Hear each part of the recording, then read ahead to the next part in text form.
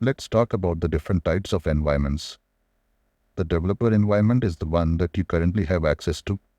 You have access to all the tools to build your application and test it out. However, you have limitations in the amount of space available.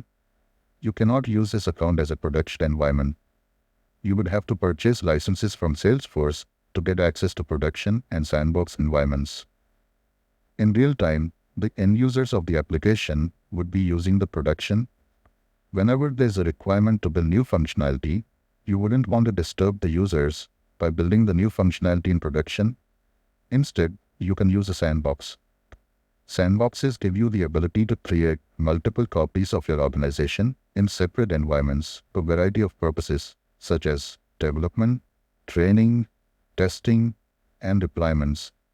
When you create a sandbox, Salesforce automatically copies your data from production to a sandbox. You can use it for development. Once the development is complete, move the metadata to another sandbox for QA, and then move it to production. There are different kinds of sandboxes: developer, developer pro, partial copy, and full copy. A developer sandbox can be used for coding or testing.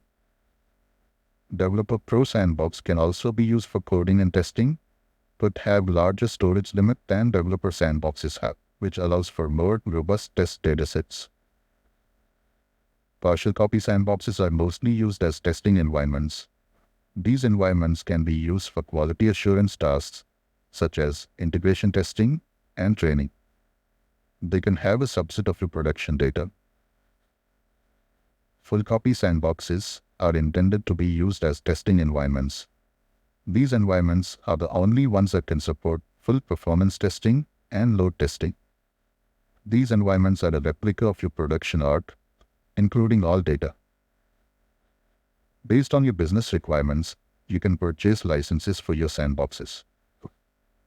This table shows the limitations for different kinds of sandboxes.